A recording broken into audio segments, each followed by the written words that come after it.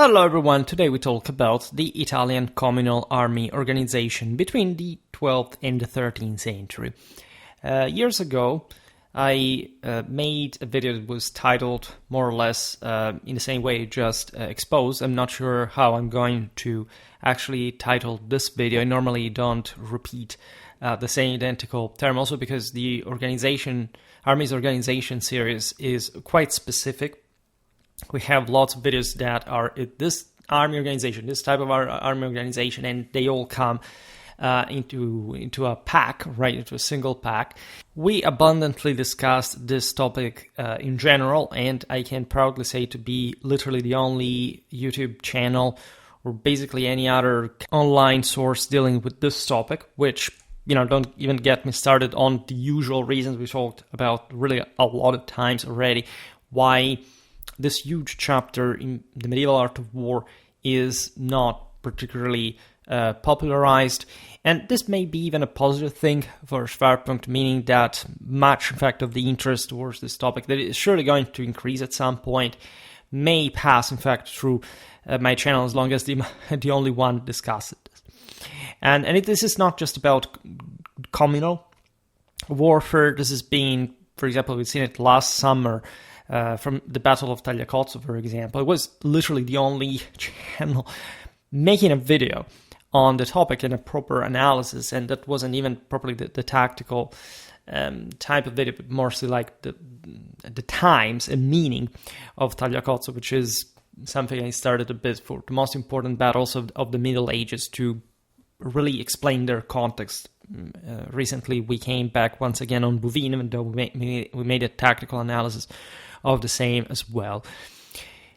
Italian communal warfare is a challenging topic to study because, as we've seen, we're essentially discussing 30 independent city-states that are struggling against one another within also a very significant international context characterized by the universal centrality of Rome within the Holy Roman Empire, the investiture controversy, the clashes, in fact, between the Empire and the Lombard League, the latter backed by the same papacy, the intervention, especially in the 13th century, of other players in the peninsula, like some sort of very complex dimension that, having not been popularized in general, even in this general historical, political, cultural background, results difficult to fully appreciate. Because in order to be expert in this topic, you literally have to pick every city and understanding what was going on there. And many people literally do not understand why, for example, any of the cities, even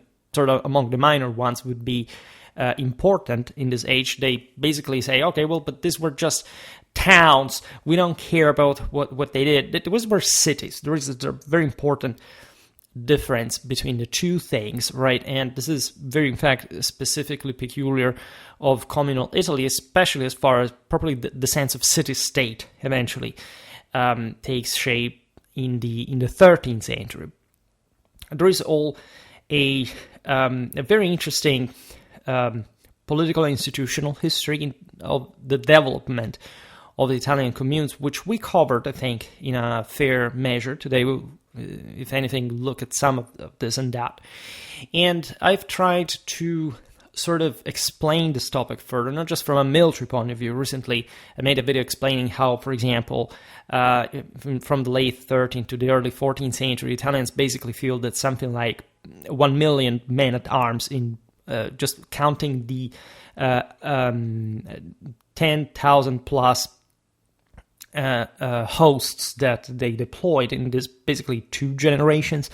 So this gives you an idea, as it's been recognized by authors like Contamine, Mervigueur, that even though, being French and having a pretty solid understanding of the medieval feudal French culture and warfare, they studied quite accurately at least the general political landscape of Italy and came up to the conclusion that this was by far the most military active country in Europe, possibly in the world, especially in terms of probably individual militarization and civic participation to warfare.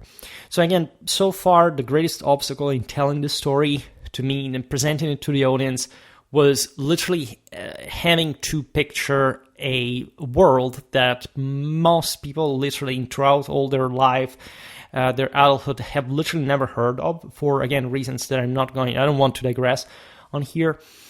And I think that the more systemic explanation is important. Dividing the political, the military, also the social, is very important. We talked multiple videos about the socio-economical, the incredible socio-economical development of especially central and northern Italy. Not only, it turns out that the Kingdom of Naples, that is excluded because it's a feudal country that's different from the center and the north, was at some point under Charles I of Anjou, literally yielding more, like 1 million florins a year. That was more than what Louis IX, his brother, could do in France with, I think, 700,000. That was southern Italy alone. Central and northern Italy was by far much richer, and that gives you a striking dimension of the wealth of these cities. By the way, that are, I think, overly represented mostly in the sense of mercantile republics of some sort, and actually they didn't really have much of this characterization. The Republican feature, yes, is there, but in a more civic sense, in something that is, in fact, much more primitively traditional in the Romano-Germanic legacy of these communities. And the maritime city-states did normally not have much of a land warfare going on. So all the armies that we're actually looking at here are of cities that didn't even have an access to the sea. But thanks to the incredibly interconnected and strikingly homogeneous system of the Italian communes all over the region, were capable of getting the necessary resources on a regular basis for war, for expansion, right? So from one side, again, systemic explanations. Okay, then individual histories. We have to come back. We stopped with the series about Florence that naturally took a lot of episodes, but we really have to look at other communes that you don't often study in that sort of individual perspective, like, I don't know, Bologna, Arezzo, Lucca. Just yesterday we were talking about the Republic of Lucca that basically survived straight from the 12th century to, as we've seen, the 18th, actually the 19th, as an independent city-state, including, like as we were talking about yesterday, about the Battle of Peterwardein, with noblemen going over to the Balkans, fighting for the Habsburgs as loyal Holy Roman Imperial subjects in veritable crusades, bringing home Ottoman tugs, horsetails, standards from the Danubian Valley, Serbia, and that is actually speaking volumes about the tradition of these polities and how much sort of we neglect them for different reasons that, yet again, I will not digress on. However, a very important way to learn about the Italian communal military is to look at single anecdotes in detail, because from one side you kind of get the acquainted with different centers, sometimes even minor ones that for some twisted reasons were actually turned out to be better documented by today's standards than even bigger ones. For example, the Milanese archive at some point went destroyed, but we have, I don't know, minor Umbrian cities in the Apenninic heartland whose archives were incredibly well preserved. We get to know these are by far the single most documented communities in the globe at this point. And so we have a pretty granular understanding of basically most of the entire military activity, especially as far as also the smaller raids, for example, that constituted a great part of medieval warfare, and that defy also a bit the notion that it was all just about lots of sieges and just episodic major battles, because we tend to forget, and you don't find that much on history books, that even the smaller raiding parties very often engage in, open clashes. And we're talking, again, pretty sizable armies, with Milan or Florence alone fielding 30,000 strong armies, just like, again, major Western European kingdoms and simply going their way like that. From the other, you can understand, even through the randomness of the various cities that you encounter, the beauty. This is belonging really to the second person of the Clausewitzian Trinity. Like, what we like about warfare is the gamble in it. It's the fact that it's a game, both objectively and subjectively, as the Prussian theorist teaches. And that, however, you can appreciate through also, of course, the other two elements of the Trinity, politics and society, in the striking uniformity that this central northern Italian reality really was, right? You would think that being politically fragmented reality, there would be some sort of heterogeneity. This is what also most of structuralistic historiography tended to push for basically any kind of reality. This is actually not the case, and the case of the Italic kingdom is pretty straightforward about it, because there was a very sound level of urbanization dating back to Roman times, the further development and preservation during the Longobards era, the growth, as was really typical in the West, of these communal communities in parallel to the feudal hierarchy that, especially in Italy, basically gets surpassed in power, but not cancelled by the same rise of the communes. We've seen this pretty well in depth with, in the case of Florence, right? There is really also the best of the best documented for many reasons. And we realized that these communal armies were basically developing all at the same pace, just like the communes institutions, social organization. There is literally like a timeline in communalistics that shows you that basically the communes all across this region were founded more or less within the same 20 years, right? The podestas regime also is affirmed more or less in the same generation. Later on, the rise of the lordships happens in the same mechanism. And there is actually a deep intertwinement, not just of this sort of broader sphere, but something you can study from a literary point of view, from a linguistic point of view, from a juridical point of view. We're looking really at the most advanced areas in the world, and you can imagine their armies being as developed as it gets.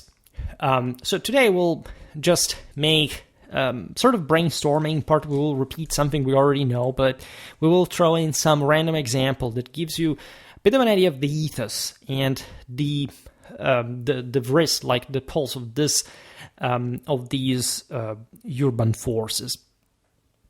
So from one side you have the consular regime. The consular regime is the one that founds the commune. This was essentially the coalition of the essentially military class developing in post-Carolingian world, and in the Italian case mostly from within a urban reality, which entailed also the urbanization of rural noblemen, as they had been in part spread further since the Carolingian times, and that really, regardless of the fact that indeed the city begins to, of course, demand, as it had always done, by the way, some military service, just on the basis of wealth, right? This really embodies some kind of nobility, right? It does stem from a feudal background or something akin to that, and eventually it reinforces its communal civic identity through essentially the same level of elite culture that you would find really in a more feudal, rural, Transalpine context, all right? These are people who have literally the same lifestyle, the same warband association, like circles of knights. They play tournaments. They're very quarrelsome. They're just like the mob. In fact, at some point, the development of a more popular force in the communes happens in contrast with this class that is never fully ousted, nor there was ever some sort of anarchic, democratistic, republicanistic sense, really, of the Italian commune that is really a very straightforwardly traditional, hierarchical and corporative system. And during the Middle Ages, the communes were present everywhere, right? We study in particular the Italian ones because they were the most developed of all, and they're reaching really a level of statehood in terms of, as we've seen before, even literal scale of power of major feudal monarchies of the time. And so really making an incredible historical case, like in terms of as an object of academic study and research. So the consular regimes took the name after the consuls, just like in ancient Rome were this diet, this collegial magistracy, drawn in this case from literally the aforementioned military knightly class that basically managed the entire system. The consuls were essentially the leading figures of their own clans that had other knights, but also, notaries, merchants, etc., and basically shared at the top of the commune that had been constituted by them on the basis of some previous public districts, as you can imagine, in the heavily urbanized Italian landscape. Like since Roman times, if you look at especially the Po Valley, like you have all these very straight roads and the flat land, and you have a district every few tens of kilometers. Just think about this from a broader political and strategical point of view, how old for example, the military coordination between the cities really was. The Lombard League really stemming from that. It wasn't the only one, by the way. There is all a prehistory to that. I made some videos about it, but today we're not really getting into that because the period we're covering today is really the peak. Let's say it's the so-called golden age of the communes, mostly in an institutional sense. It's not really the peak of communal power, military-wise, because that would occur in a more fully fledged city-state profile from especially the second half of the 13th century and the early 14th. So we partially covered that today. But just looking at a mold, that was sort of the most typical, what is historiographically speaking, the most typically profiled, right? When you're looking at Italian communal history and warfare, normally you get this time. This is time of the two major Lombard leagues, the ones against Frederick Barbarossa and Frederick II of Hohenstaufen. You have some major battles like Legnano, Cortenuova, etc. And important, in fact, Italian victories as well against imperial power, but aside from the fact that you should never understand it in an anti-imperial sense, in a conceptual, in an institutional way, but rather against the current emperor's policy. And I made plenty of videos of certain German kings' rule in the Italic kingdom that were pretty functional, right? We talked about Conrad III, Otto Hohenstaufen, for example, Lothar III. So this had already been but part of the picture. But that are also, in fact, times that have to fully witness like the development of the strongest communal military that is actually part of the fact that later period we're talking about, and that has been somehow neglected for different reasons in turn of the broadly neglected topic. I made multiple videos on that as well, so I won't be repeating that either. And in part, we will skirt the topic today with this kind of examples. So, among the duties of the consuls, who were generally selected, as we've seen from the ranks of the city's knights, was the command of the entire communal army, right? You should never fully confuse this as a sort of urban militia, because the term militia in English basically refers to some sort of unprofessional levy, right? And indeed, the consul's status stemmed exactly from the opposite, from the professional knightly background. So this perfectly fits like the traditional armies that you would see for centuries and centuries. Still, it's like a professional bulk, elite, a mounted one, and then the levy militias of the city. Never confuse, in this sense, the Italian communal armies just out of the word kind of militias, as if they were of some kind of second rank compared, to a great feudal monarch like, England or France, right? Their elite was exactly identical to the one of those, and the structure of the army was, in fact, in the same way, right? I made multiple videos, by the way, about regional warfare among all of you from all European countries. We've seen pretty well not just the central northern Italian one, but also the southern Italian, the French, northern southern French, the English, the German. So you had there pretty graphic picture of how, first of all, not just how advanced the Italian military was, but how, for example, I don't know, at a technological level, these guys were leading the art of war of the time together with the French fundamentally, and they were literally taking over the Mediterranean by storm, as we observed in especially some sort of maritime history naval warfare videos that today we will not discuss much because it's yet another topic we will see better in another video. It really deserves it, as we've already done, by the way, especially for Venice and in fact the most famous Italian maritime republics. But it's another sphere. And in fact, actually a secondary one, just like naval warfare was in general at the time. There was a massive land warfare going on, a massive continental warfare going on in the Italian peninsula that constitutes by far the single most important dimension of not just Italy's art of war, but literally of European and world one at this time. So the duty of command of the consuls was just like the one of the feudal elite elsewhere. Without mentioning, by the way, that, again, the communes in many different ways were framed, sort of sanctioned within the imperial hierarchy, right? They were really recognized by the various sovereigns that were trying to vie for like an access to the Mediterranean. There were some hardcore Ghibelline communes, such as Pisa, for example, that had, in that sense, both a very strong Roman legacy and sort of very you would say imperial rather than Germanic, but still policy on its own. And you have all these parties and factions quarreling, in fact, with one another within the city, also fueling clashes with the neighboring communes for the same sort of political reasons you could think anyone is quarreling today, right?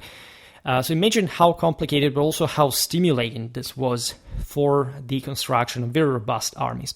And passing to some anecdotes, there is a vivid account by one of the most famous sources of communal warfare, and especially the age of Frederick Barbarossa, that is the Lodi chronicler Otto Morena, detailing the Milanese campaign against the same Lodi. So Lodi is very close to Milan, effectively capturing the consular approach to military leadership. Right? These communes could be that close, and they still resisted to one another. There was the need of a very solid cooperation in order to receive adequate support. And going at war for campaigns that, especially at this point, really do not aim to conquer cities, sieges of this major infrastructures like the urban centers of central northern Italy was prohibitive for most armies of the era. The easiest way is a regime change in many ways, and definitely through political military pressure you can achieve that, but most especially of this golden age, when you look at least at the most habitual, stereotypical phase in this time, these guys would fight against one another, was essentially raiding the enemy district, causing damage to the enemy crops, besieging and storming some of the literally hundreds of castles that were present in these, in fact, few hundred square kilometers that, however, constituted an impressive defensive system for the mother city that was really like the most fortified center in the entire district. And so you have this account. I will simply read it about, let's remember, the Milanese army campaigning against Lodi in 1160s. This is within, again, the clashes between already like the pro and anti-imperial party. Milan was obviously leading at that point Lombard League efforts against the supporters of Barbarossa. After finishing their meal, the Milanese were called to assemble by the sound of trumpets and gather around the carroccio. There, the consuls presented the strategy for the impending battle. Upon receiving their instructions, the Milanese dispersed from the gathering and hurriedly armed themselves with great noise. Once fully prepared, they marched out with banners raised and trumpets blaring to take up their designated positions. So this is beautiful because it sort of sums up the normality that, by the way, in these chronicles accounts, like warfare really constituted. Here there is nothing to explain. This is literally the basic sort of operations that armies carried out in preparing for battle. There is, as we were saying at the beginning, an incredible level of civic participation to warfare at this point. This is the prerogative properly of the Italian citizenry that is, in this sense, considered like some sort of aristocracy lording over, even when we're talking about third estaters, all the non-citizens that were mostly the peasants in the district that constituted some auxiliary force, but increasingly providing with the numbers for the armies. This is also, there is all a strictly technical development of warfare that we can't simply discuss. But this is the age of tough infantries, right? The Italians have by far the toughest infantries around, the best trained, the best equipped, the most disciplined. And here you have an interesting, say, visual of the consuls talking from the carroccio. That was this basic cart, once believed to be the symbol of the commune per se, in a sense being that, but mostly connected actually with the popular element of society. In fact, it's a chthonic symbol. It was carried by an ox. That was usually like there was a bell on it. There was some sense of those who are like mostly the communal infantry has to gather around this broader symbol because and stand their ground there or die, because it was like the best motivation to fight for their fatherland. Whereas the consuls and the other milites, so the knights, were sort of can say not necessarily less loyal to the commune, but partaking to a higher sphere of local and regional, but not international relations that naturally had a lot to do, for example, with, I don't know, the cooptation from the side of the emperors, like vast assets in the countryside that still put them in the game of some sort of feudal hierarchy, or at least a parallel of the same. So obviously the consuls are the masters of war. They know better as professional knights how to arrange the army. They give the instructions to the people as well. And so everyone knows what to do. And the Italian militias are also well organized. They are coming from the same city district. They lived in the same together. They attended the same parish. They lived and died together at home, like on the battlefield. Is a very strong municipal identity that is traumatically characteristic of the Italian communes. In all this, by the way, a marvel, a spectacle. By the way, consider that Milan was essentially the largest city in Europe, together with Paris. We don't really know which one was the largest, and it was by far the wealthiest in terms of militia armament. The famous later Milanese armor, etc., stemming from a much wider background sort of military technology, not just the 15th century men-at-arms sort of plate armor meme, right? And there are beautiful passages such as from Bombesin de la Riva in the late 13th century that are really eloquent about probably the amount of shops, of smiths, of armors, etc., that worked in what is still today a major industrial center in the West, and one of the most, in fact, developed and affluent areas in the world. This is all a medieval legacy, among other things, right? As this account shows, by the way, the process of preparing for combat closely resembled the standard civic political assembly, right? They literally were mentally wired to this kind of military fort, because it was just as they would for normal civic decisions.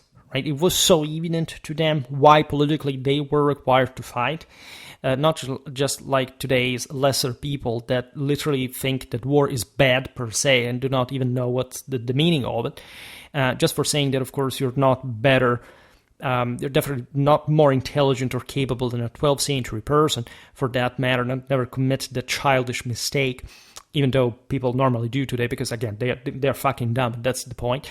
In any case, the consuls discussed the battle strategy among themselves and then sort of presented it to the soldiers. This is also kind of very interesting, because there is some sort of republican mentality that, of course, as we've seen, the knights would mostly take care of the situation. The Italian infantries will never actually, even though they were the strongest in Europe, this is something I always highlighted. Regardless of this, they would never actually achieve a victory over cavalry. Because, first of all, they did not need to fight without cavalry. There wasn't any major sort of social or political disconnect like you have, I don't know, in Flanders, where literally there is a revolt against feudal authority. Even when fighting against the Imperials, first of all, at large, they were fighting against other Italians that supported the Hohenstaufen, but as we've seen, they always had a developed enough system to provide their own very good knights, right? The Flemish bourgeois would fight on foot because that's literally all they had, and that's why those were towns as opposed to city-states. And yet, like, there is also pretty solid understanding that regardless of the superiority of cavalry in this regional context, infantry was highly considered. Also from quite very early on. I made some videos about the same Milanese petites from the 11th century that well ties with this. Also part of the 12th, if I'm not wrong, in that video itself, so we are within it, that were highly considered, were represented in the communal sort of official art and so on as very well, like, heavily armored. They were in many ways at this time, especially at the beginning of the 12th century, just like, I don't know, if you look at the Bayeux tapestry, you see that the Norman infantry, the Norman knights would often dismount themselves to fight as pretty heavily courageous infantry. So this was in many ways kind of the same. And therefore the people, even though it was traditionally considered like a lower estate, like, was still informed by the consuls and the rest of the milites of the battle plans, because they had not just to execute it well, but they had properly a level of tactical autonomy and necessary cooperation with cavalry that really made them protagonists in their own regard. These are the same decades, by the way, of battles like Carcano, where literally the infantry and the cavalry at times it would be so antagonistic, because the people were basically striving to fight within the commune for more representative rights against the consular class and so on. So sometimes they quarreled and they would fight disunited. And at the Battle of Carcano, you have literally the infantry going its own way, the cavalry in the countryside, the Lombard countryside. What they encountered in a separate way, the Imperials. The Imperials first crushed the infantry, the Lombard infantry, and then they passed to the cavalry. But in the meanwhile, the Lombard infantry, unlike most infantries out there, basically regrouped and went over to sack the imperial camp, and basically they also came back home with it without being redefeated. And this tells you what kind of prepotently aggressive mentality the average citizen, you can't say fully soldier, because yes, they were in part repaid for the military expenses, but that was mostly something privileging, as it was typical in medieval Europe, the cavalry. But how they were capable to put up a fully effective tactical and operational struggle on their own, and even facing singularly like enemy cavalry. The Battle of Legnano is more famous, but there you have at least the cavalry abandoning the infantry because it was broken by the imperial one, and the infantrymen resisting around the carroccio behind the ditch against the charges of imperial cavalry. And then some Lombard cavalry arrived and attacked the Imperials from the flank, and so they saved the day. So in fact, you don't, as I was saying before, there is no such thing like an Italian infantry victory. All right, you could find something in minor encounters, but that are also relatively in fact, secondary to the whole matter. And you can argue that they barely count in the broader narrative. But again, infantry victories, even those heavily sponsored by historiography, because of this sense of modernism and progressism, etc., actually have not much to do with the level of advancement of a military, right? Unless we talk about Renaissance warfare, we really have pike and shot tactics, but carried out by armies that were steadily organized and whatever. That's something. But during the Middle Ages, fighting with infantry alone is not actually much of a virtue or a merit, and in fact, there isn't much of a happy history. Not much just of specific battles where sometimes indeed infantry did win, but also the communities that fought like that. They were either outcasts or fringe peoples that sort of made it to decentralize, but they also were taken over just later by the same feudal knightly powers. The Flemish are a very good example of that. The French steamrolled them, basically. And so for Courtrai, you have actually a striking series of chronic defeats inflicted probably by the French Burgundian knightly feudal chivalric culture on the Flemish, the Flemish armies that literally didn't change a thing. Actually, they increased artillery firepower and didn't change anything in the later centuries of the Middle Ages. To, in fact, not go anywhere in terms of any specific military culture. So be always advised, don't think that memes surrounding, because there is always this narrative on YouTube, oh, look, there's infantry, if they actually stood their ground, if they really were motivated. Yeah, okay, there are actual eras that tell you that for a while that was unfeasible, all right? And the reason, I think, is much more frighteningly beautiful. Not just when you try to understand what kind of military culture the feudal elite could bestow, but when you realize that this, by far the strongest infantry in the period, were obviously fighting alongside cavalry, without any need to do without them, right? Even when there were, as we've seen, these political and social tensions within the cities. And that is the measure of a military civilization, right? Not the outcast that tries to make the revolution or whatever and always ends badly in a way or another. So as we've seen, there is also this grouping according to city district. It's very complicated because it intertwines with it's actually pretty straightforward, but I mean, imagine the allegiances, the political and social connections between the milites, the petites, the various city districts, the various interests and the possessions in the various sort of in the surrounding the same district. For example, against whom are you going to fight if you're surrounded by 5 different cities? Is going to affect which sector of the district war is going to be waged, and therefore also the property of the people that are actually part of the same army and make the city council, so to say. So it's a very complicated thing. And with all these metropolis crammed into a relatively close confine, Italy has still today the single highest demographic concentration per territorial extension in Europe, and it literally stems from it's something that you can see already being in place at this time, affecting the same military dimension as well. Now, during the 12th and the 13th centuries, the institutional framework of the Italian communes evolved significantly with the introduction of the podestà, who replaced the consuls as the chief authority of the government. Elected for 1-year terms, the podestà wielded executive and judicial powers, but were not autocrats, as they were bound to uphold local laws and were accountable to civic assemblies. They also led the army, however, in combat and were responsible for the city's defense. In some cases, they were specifically chosen for their military expertise. This is especially true down the chronological line. And certain individuals, especially from Lombardy, forged distinguished careers based on their military reputations. Lombardy was, regardless of the fact it was the earliest sort of military center, like the one in which the communes first distinguished themselves during the wars of the Lombard League, was also accompanied, as we were saying before, by some kind of more nobility and feudal bias.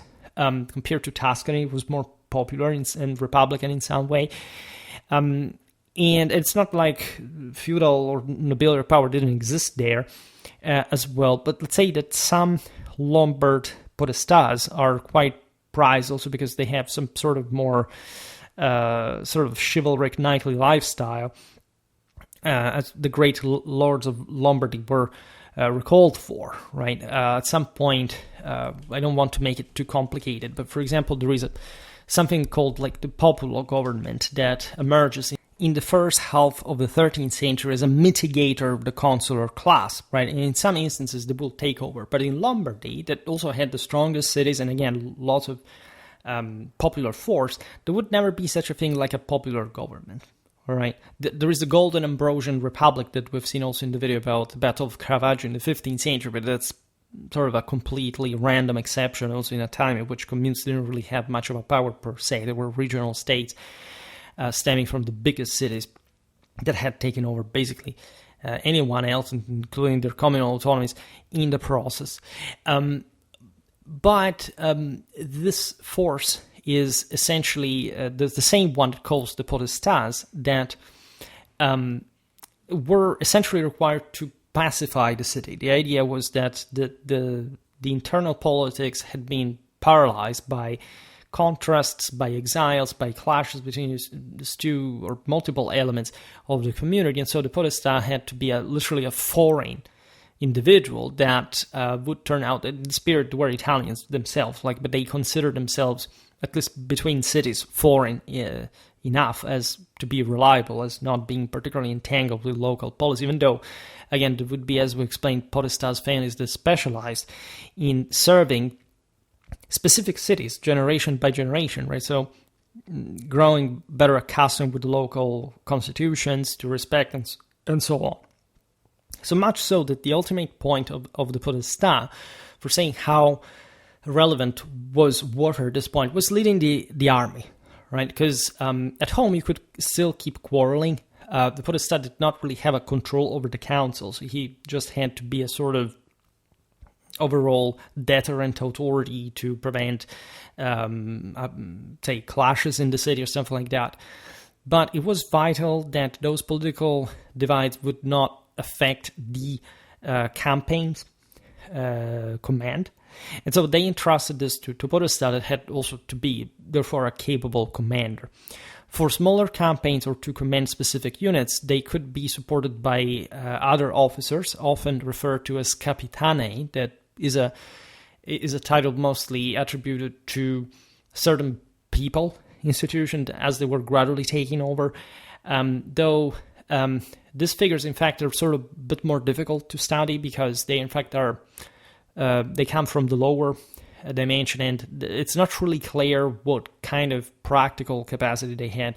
Normally, they commanded units, popular units, within the city to basically discourage the noblemen to start again their own feuds and disrupting the local economic life, for example. And they were mostly infantrymen, which within the city gates had a massive edge over cavalry at that point, even though it's not really that thing, as we were saying before, being capable in open field to defy cavalry. In fact, these sort of popular units were normally quite contained, but effective, well-armed, and surely also having like a reflection in the communal army organization, which is a bit of a mystery, meaning we don't know how the popular units, because the popular takes on, I don't say popular units because this could be other levies from the city, etc. The popular is properly an institutionally recognized, historiographically recognized institutional term that refers to a polity within the city. That is the one that basically tries to reduce the nobiliary power and checks them a bit like some sort of police, and or again, it's complex because there were popular knights themselves, and there were some magnates siding with the popular as well. So we have seen the best case of studies Florence to understand what kind of mechanism there is behind that, because for other cities were less documented, more or less we can't sort out what the reality was, mostly in the fullest, the more fully fledged like statal development, like the one we see in Florence, right? The principle that the entire commune, comprising citizens who retained their civic privileges even when armed, participated in the militia remained consistent, right? As we said before, the Italians were, and in other videos, really, you would think that, I don't know, there's a general sense of freedom after the Roman Empire, where it's mostly the Germanic element that leaves by that. It's actually the other way around. I mean, while in countries like France or Germany, most people were somebody else's people, in these Italian communes, the citizenry body were fully like free people, right, in arms, and they were incredibly self-aware and proud of this, not just on a local basis, but probably in a transcendental sense, as both the Roman and the Germanic tradition bestowed a principle of nobility to anyone who was free enough to bear arms, right? This is also a cultural puzzle, like when the Germans arrived to Italy once again under Frederick Barbarossa, that wanted to reassert imperial authority, etc., they found a world that they had never seen before. Like the concept that the city, for example, would dictate a rule over the feudal vassals of the emperor in the countryside, that these average commoners were armed, free,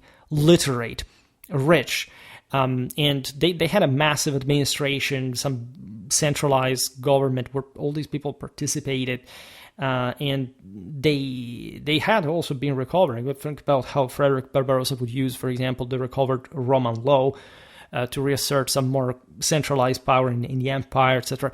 This was like, for someone coming from 12th century Germany, something completely outside of any horizon, right? In the most feudal world, where the few towns that existed were basically like, they couldn't, like the commoners couldn't step out for a second without being eaten alive by either the count or the bishop and their military retinues, where most people, again, worked for somebody else. They were literally, like, this is a completely different reality, and a far more advanced one, which is also the reason why, in hindsight, they won their clash for liberty that was finally recognized, as you know, by the same emperor.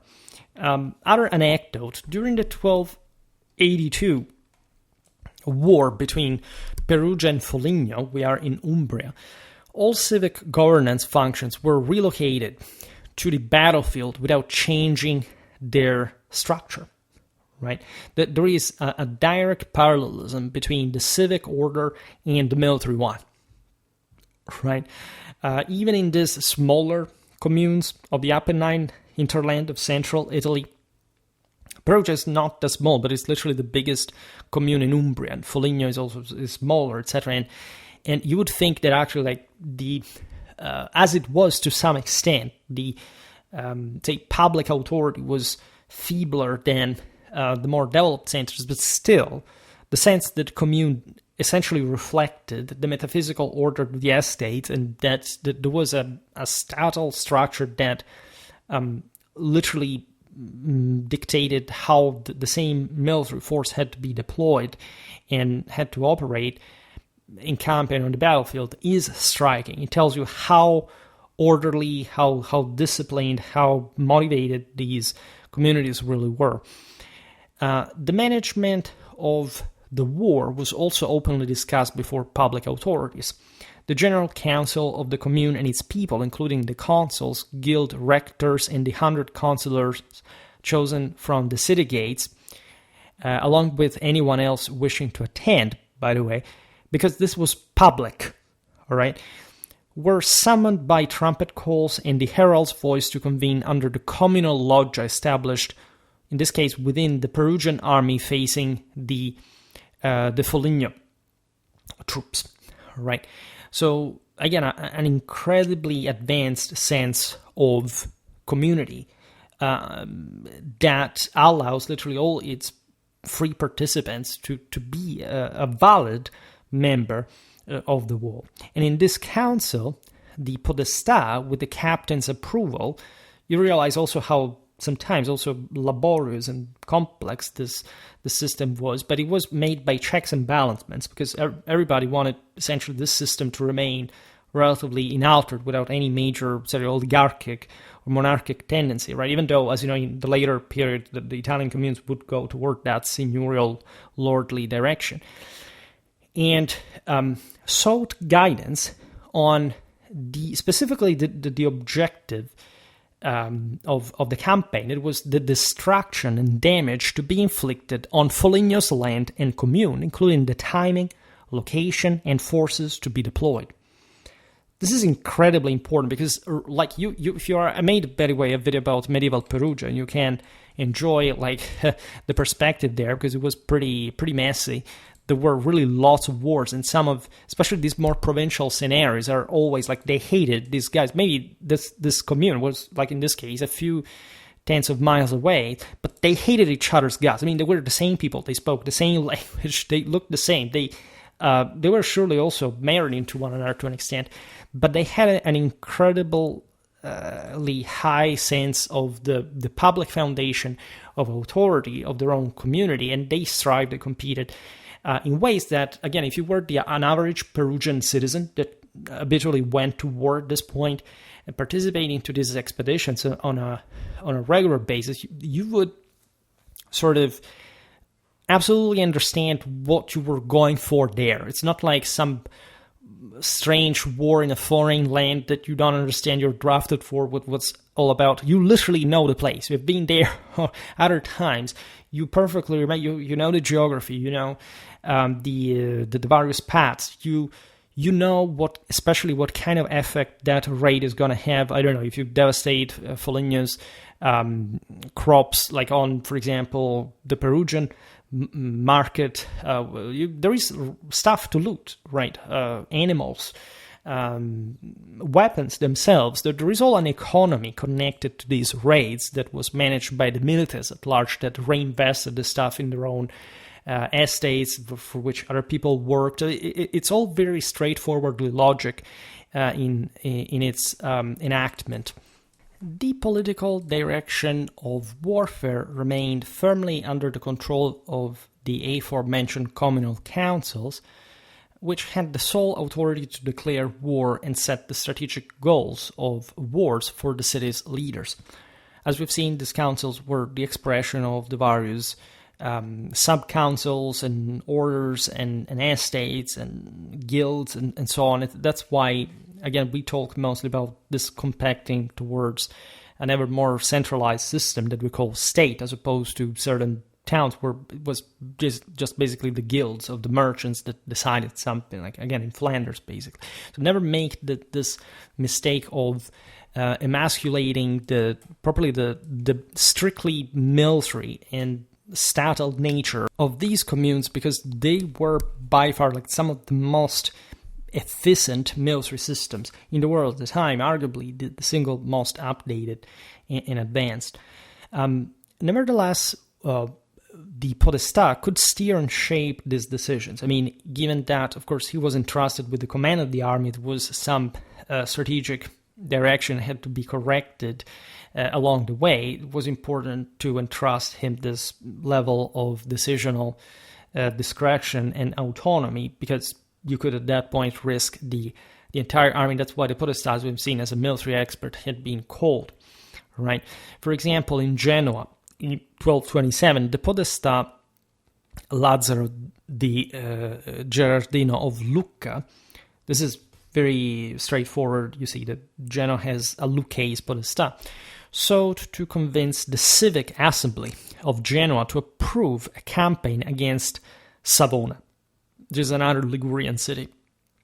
Despite the councillors' objections, viewing the war as too risky, the podestà persuaded them, as noted by the Genoese chronicler that says, quote, "It is customary to defer to the podestá's decisions early in this tenure," right?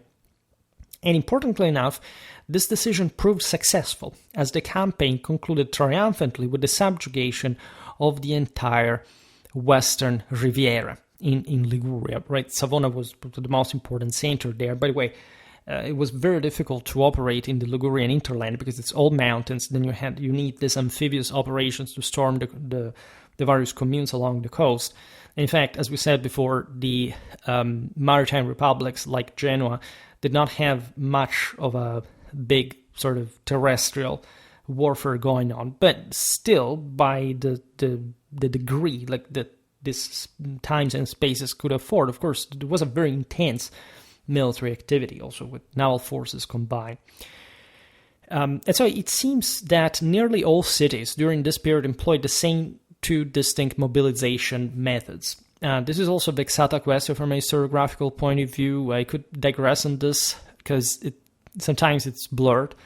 But basically there was the so-called cavalcata, which is the cavalcade, literally, stemming from military duties like the Longbard cavallicatio, for example, as caballus was also like a Germanic term, and the in the Latin vocabulary, and the full army or exercitus, right? So I try to give some basic definition. The cavalcata, as its name implies, primarily involved...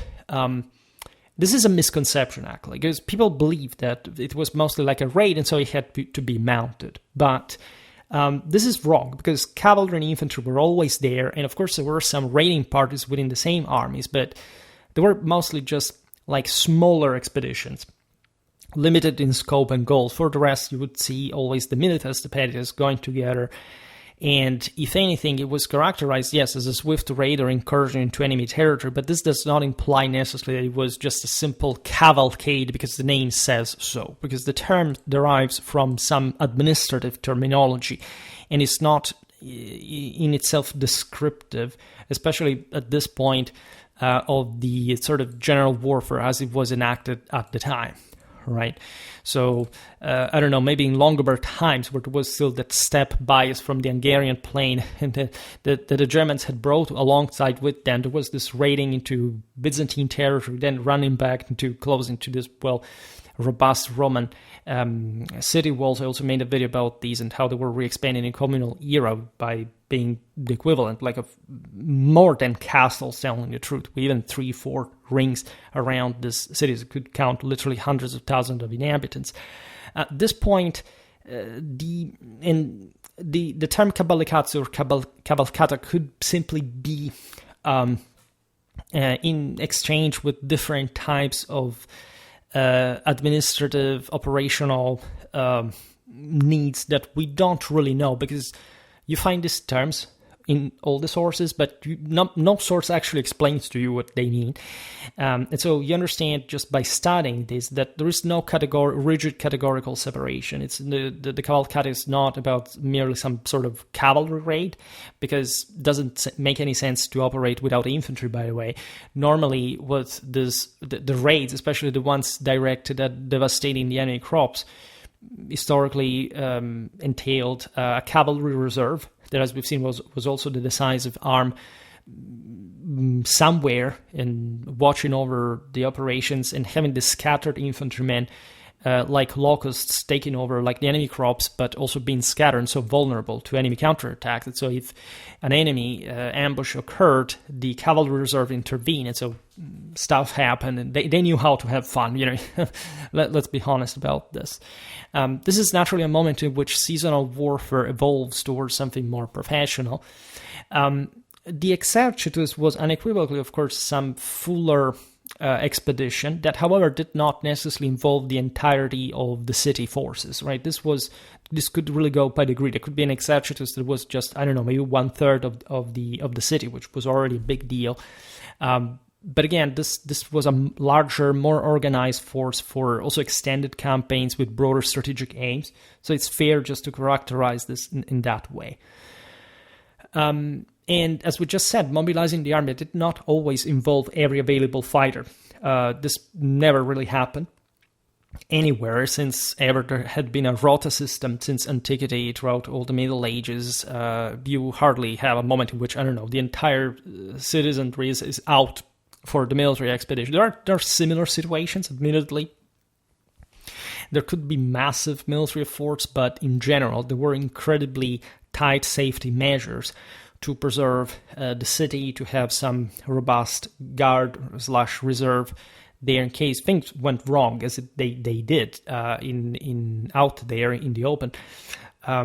Everything was incredibly sophisticated, and especially you don't straightforwardly go at another city because it's full of castles in the countryside, and if you enter that, and those castles are garrisoned, even by few people that, however, can't carry out attacks on your supply lines, etc., you can't lay siege to a city. That is also a massive effort, and because there are also all the citizens inside, and given that these cities are of different size, but more or less they are of a similar scale, it was, especially in this era, difficult to simply take over an entire city. That's something that starts happening more in later 13th century, early 14th, right? And there, in fact, armies were bigger. There was a much more sort of statal profile to military organization, etc. And indeed, we will see this in other videos as well. Various rotation systems enabled the assembly of contingents of different sizes based on their objectives, such as engaging in open battle, conducting a symbolic march to trigger the enemy. Literally, there were some sort of... You probably heard of the term palio, which is like most like a festival today, in which some kind of medieval joust or races occurred. But these some of these pali were actually defilé under the enemy walls, with some infamous display like prostitutes, like probably to insult the enemy city and say, look, we can't basically... I have a very vulgar imagery like of what they were slapping into this guy's faces, but saying we can't simply march into your countryside and you're good for nothing because you're behind the walls and you're cowards and you suck, right? And they threw them, I don't know, donkeys with catapults inside the city or something like that. And again, they hated each other guts in an incredible way. And of course, much of the strategic objectives also revolve around besieging fortresses in the countryside, of the many as we've seen that existed, ravaging an enemy's crops. Other tasks that could be carried out, by the way, only in the same campaign that evolved according to the circumstances. So, of course, going to war was also a burden for the citizenry, and ultimately what you realize is that the broader collapse of communal Italy occurs because there are some bigger cities that are better organized. They can really see their role in the world better. They go for it, and they take over these other communes that are literally exhausted by relentless military operations. But in the 12th century, in the first half of the 13th, it's so natural, like warfare, it's plenty of resources out there. It's literally the booming of Western civilization. You have a lot of manpower, a lot of resources. And these are brutal times, right? Wars are really terrifying. Lots of people are massacred. A lot of resources are lost, and people suffer of this. Lots of battles also within the city streets and at Similia. Think about all the interests involved in sort of the motivations that would bring to such, but the system was, however, developing like crazy in parallel with this. This is something we don't understand. It's some of the most important civilizational development and achievements, like literally the Italian Renaissance and humanism, etc., passed through a massive, but I mean really a massive military activity, something unprecedented. By relative terms, I think, like just if you look at ancient Rome, perhaps you can see something so engineered like during the 4th, 3rd century BC. And in fact, there are lots of similarities between the cities and in fact, ancient Rome, and it's not a surprise in many ways. And so the rotation system is important to give respite to various parts of the citizenry. I mean, if you had gone over to a campaign, like you had exhausted your means, somebody had died from your community, like the other parish would go next time, right? But at large, like there could be, as we've seen, also major mobilizations, and the citizens knew better what to do about it. Consequently, as we were saying before, the line between a cavalcata and the full exercitus was often blurred. Payments and reimbursements for participants in either were in fact frequently similar or identical. And again, it doesn't make much sense to presume that at some point, especially in the most advanced times, there was this radical divide. Bologna in Emilia provides the most detailed records of this period. The Emilian world, so we're talking, I made a video about medieval Parma, for example, and so this would be Piacenza, Parma, Reggio, and Bologna, were very popular regions. They didn't have many industries, but they had very strong agricultural resources, and therefore there was some sort of more popular Republican vibe for Po Valley standards. Bologna was the biggest of these cities, and the one that develops, in fact, some of the most courageous popular governments that manages to also mobilize large swathes of the population in pretty effective civic order and fashion. In the 13th century, here, mobilization was proposed by the podestà and ratified by the General Council. So as you understand, the podestà had probably a strategic involvement also in the broader international, regional strategical assessment, deciding or proposing at least when to strike, how or why.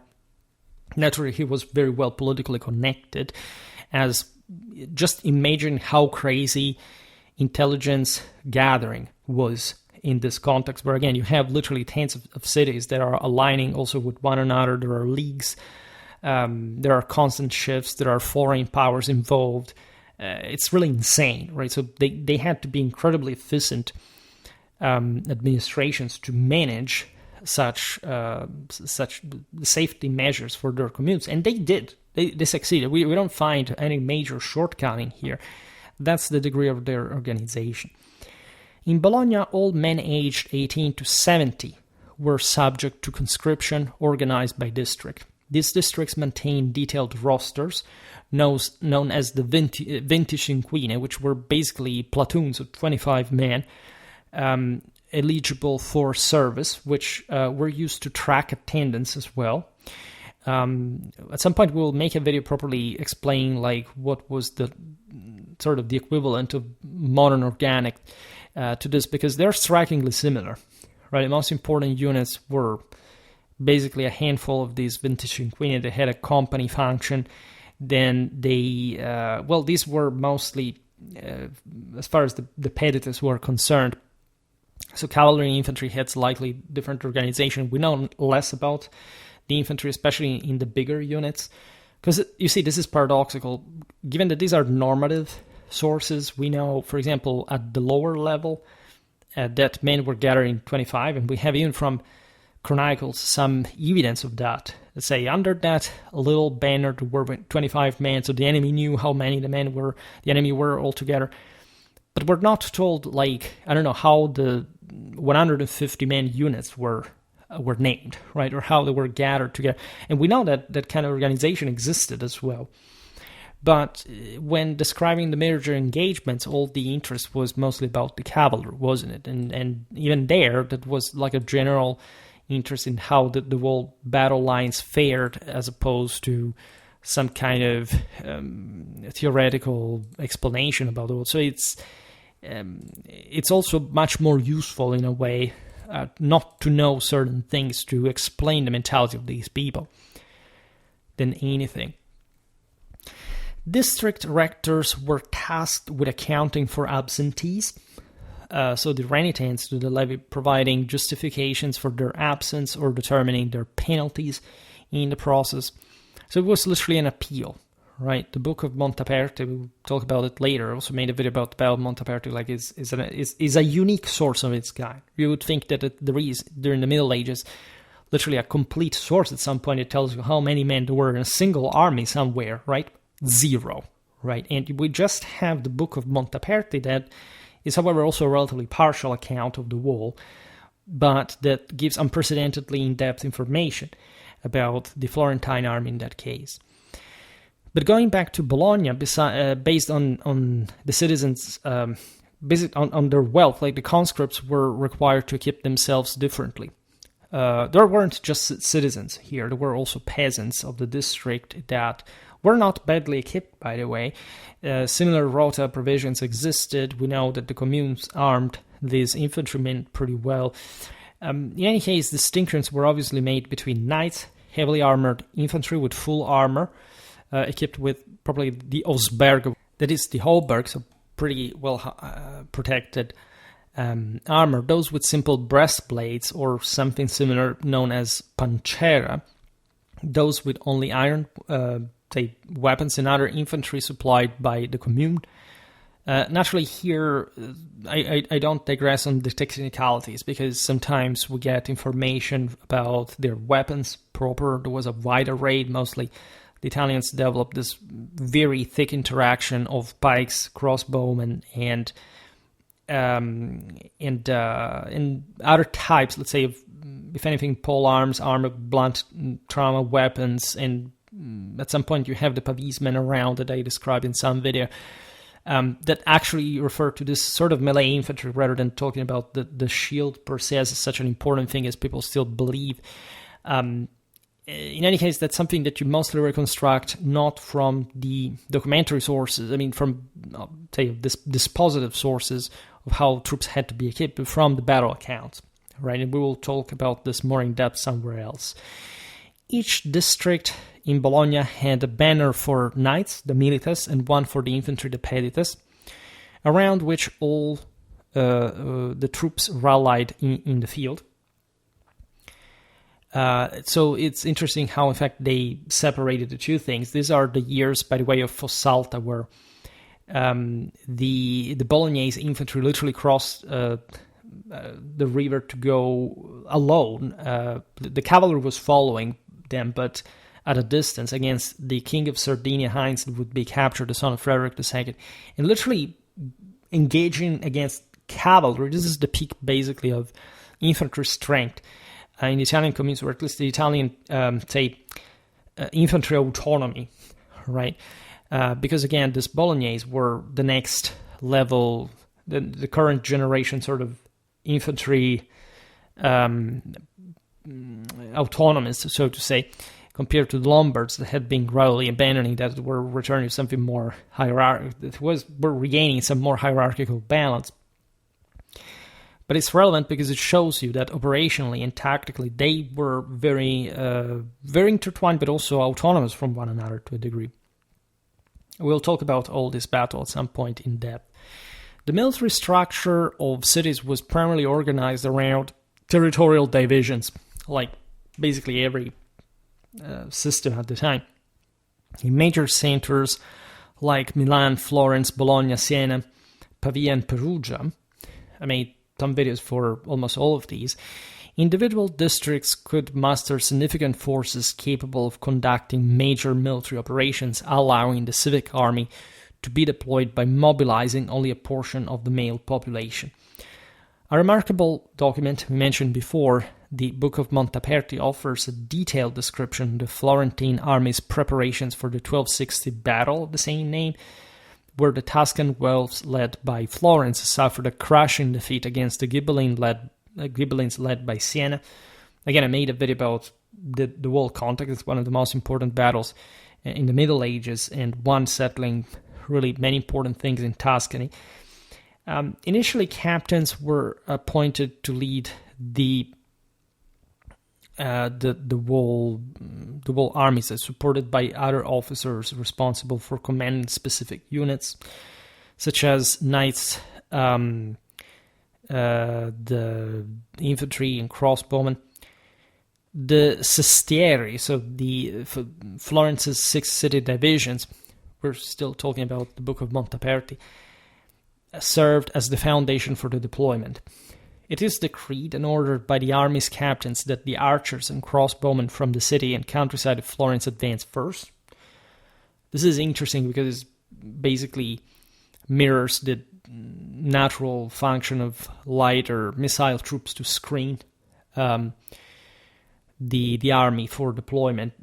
Had the enemy been found like ahead all of the sudden, we see the pavismen, the pavises at least in this account that are told to be deployed next to the missile troops, even though we don't know where this was, like, for example, in other campaigns, eventually setting up like a siege protection, like some suppression of the enemy walls through these weaponry, and or if, again, there was some more dynamic connection between pavismen and missile troops, which does not really seem to be the case, unless, as most people actually think, unless we consider the infantry altogether, rather than maybe these troops may have been accidentally just next to one another in this account. Now, because there is no explanation really.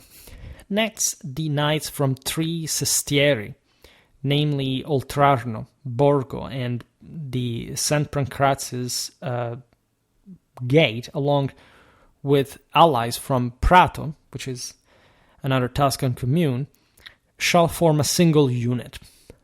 Right? So, again, we unfortunately can't reconstruct what this practically meant in the way the Florentine army advanced across the Sienese territory, what kind of unit, say, kind of task this unit had, or like how it compared with other units. It's really a bit of a mystery. There are some attempted explanations, but again, we don't know even too much about what they did eventually in the battle or anything. It's just interesting to see how sort of complex this organization was. The people of these sestieri, by the way, shall follow in another unit as well, and behind them shall come the cavalry of the other 3 sestieri. Then the cavalry of Lucca in a single unit. So you understand, this is a column, by the way, so it's like literally the order of march. This unit was to be followed by the people of those 3 sestieri in another unit. Behind them shall come the cavalry of the other allies, followed by their people in another unit. The story of the Book of Monteperti is noteworthy because after the Florentine army's defeat by the Sienese, its archive was seized and kept as a war booty in the victor's city palace. This tells you already how, by the 13th century, this account, for example, was literally treasured as a spoil of war because it documented the exact amount of troops at that point the Sienese had destroyed. And other cities likely produced similar documentary records for their campaigns, but no complete examples have survived. So this tells you, by the way, about just like, even in the immensity of this civilization, how much what we know is just the tip of the iceberg and how overwhelmingly advanced, literate, and organized the systems really were.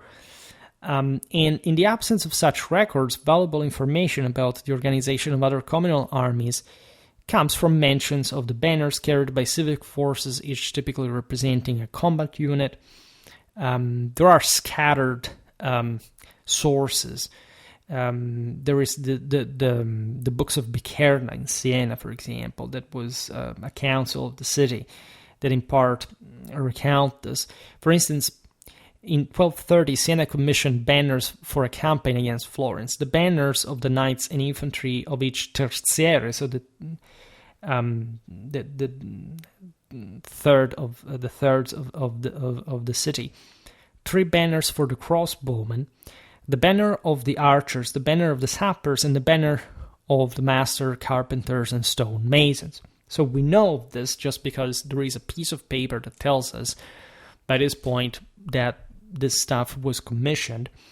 But as you understand, we don't really have like a full picture of how the Sienese army was all organized. I mean, again, if you study battles, you do understand how they were organized. It's so obvious because at that point, even the same campaigns, the various operations, show you how flexible, how fluid the system was, how much they could compose or decompose different armies at will, how all this was really interchangeable, what kind of homogeneity existed between these forces.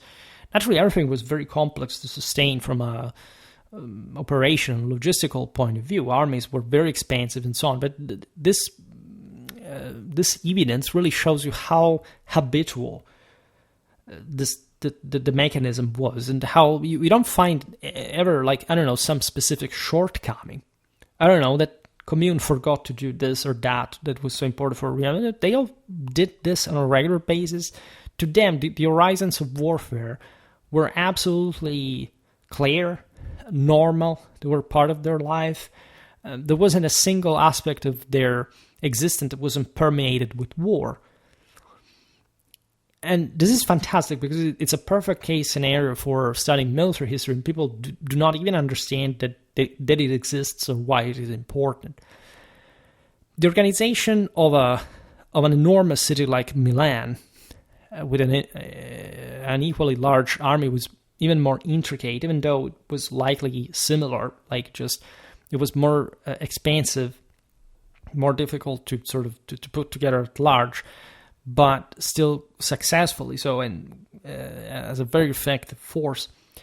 According to the imperial secretary Burckhardt, that was observing the Milanese, in 1162 the Ambrosian cavalry was divided into 36 units, 6 per city quarter, known as the gates, the porte, while the infantry was organized by parishes and appeared on the battlefield with approximately 100 distinct banners.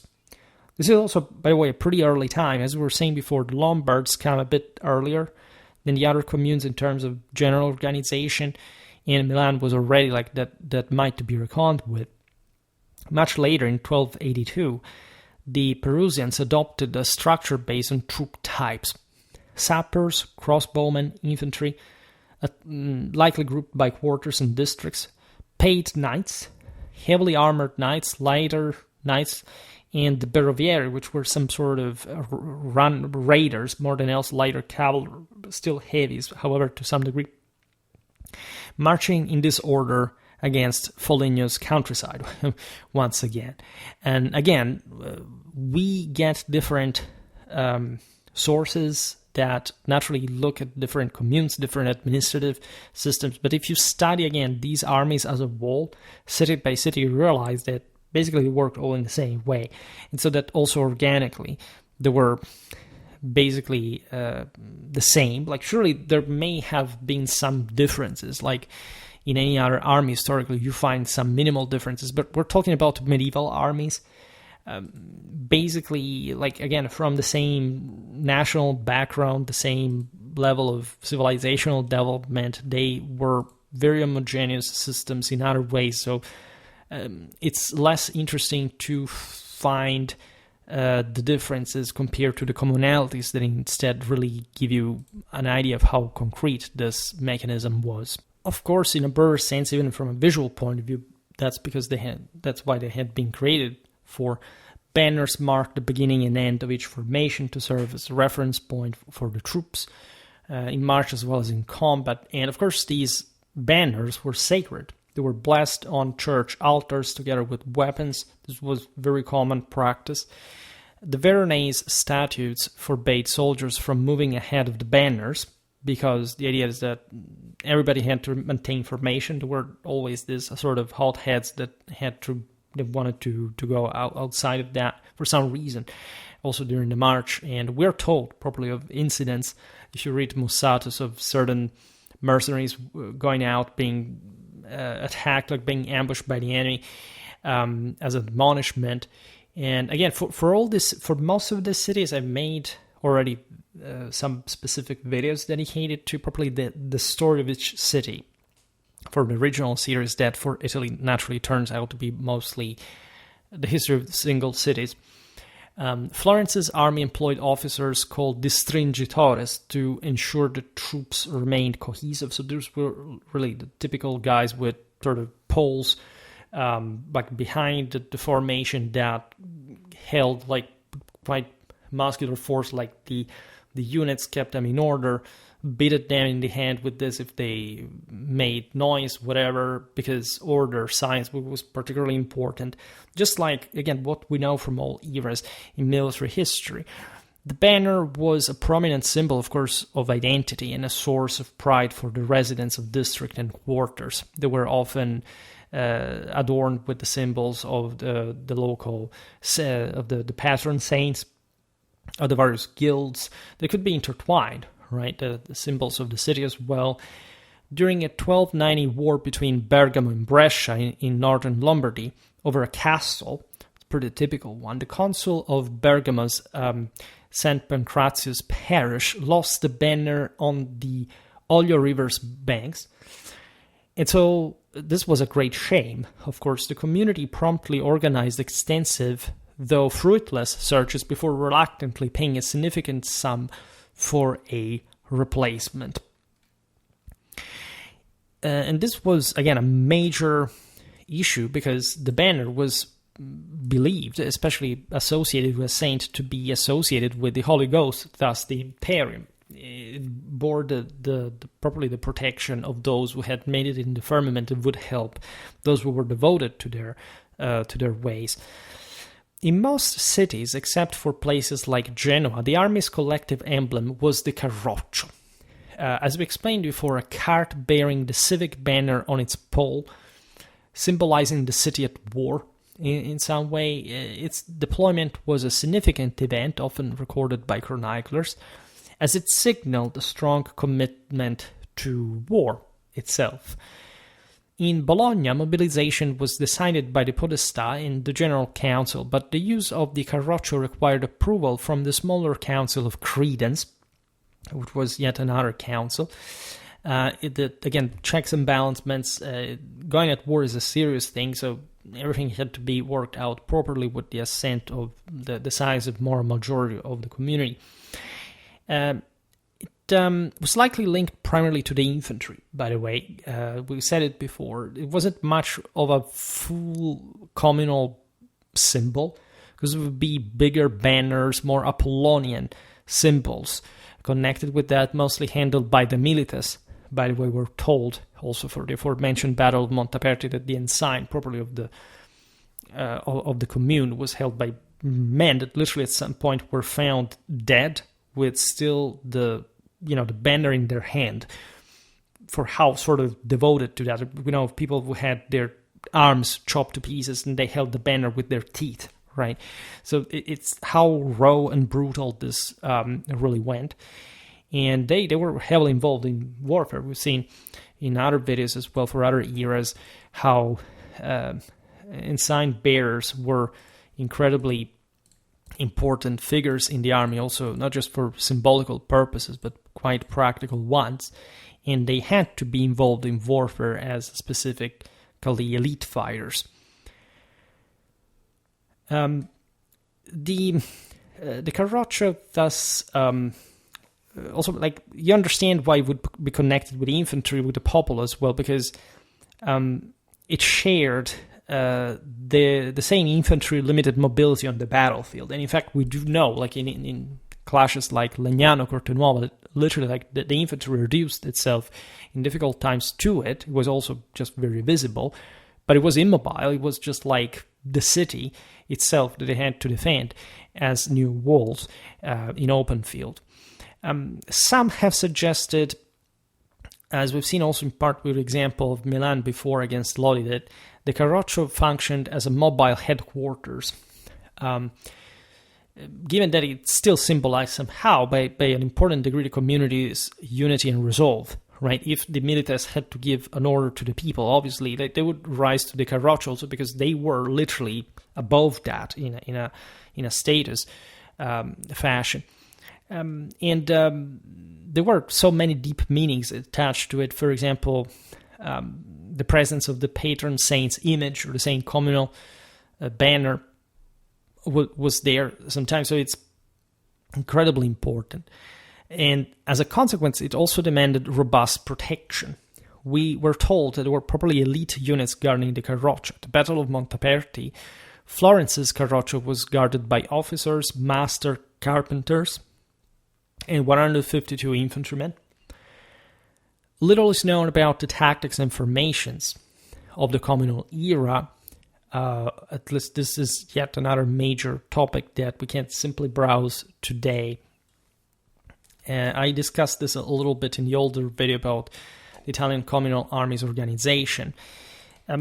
As we explained in part before, there was an important autonomy of cavalry and infantry that, however, were normally, of course, meant to fight together and to support one another.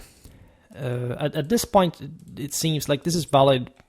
Some of you pose me similar questions. I must say that I'm deeply disappointed sometimes to realize that to most people, like, medieval tactics are like one thing, right? There is no difference in time, in space, in nothing. It's just, so medievals actually fought like this because you said the thing once, so now I think I can apply it to... It's a very complicated and specific thing. And again, if you don't study battle after battle, you can't quite fully understand that. Let's say that in this period, cavalry is rising in importance. So there is an ever more greater need for some sort of in-depth formation. By the mid-13th century, we realized that is especially ramping up in Italian communes. You arrive at Campaldino as the essentially the first instance of, at least the first clear instance of 3 battle lines in depth. Like it would become regular in following decades. Before, it was often cavalry and infantry separated in 2 different lines, and or however mutually supporting each other. And this was basically true, at least among the Italian communes everywhere. You would think that Florence would have this primate because it was sort of more advanced, but you find some Romagnol forces from a coalition armies of different states from the other side of the Apennines. That is not sort of the single most advanced military culture there.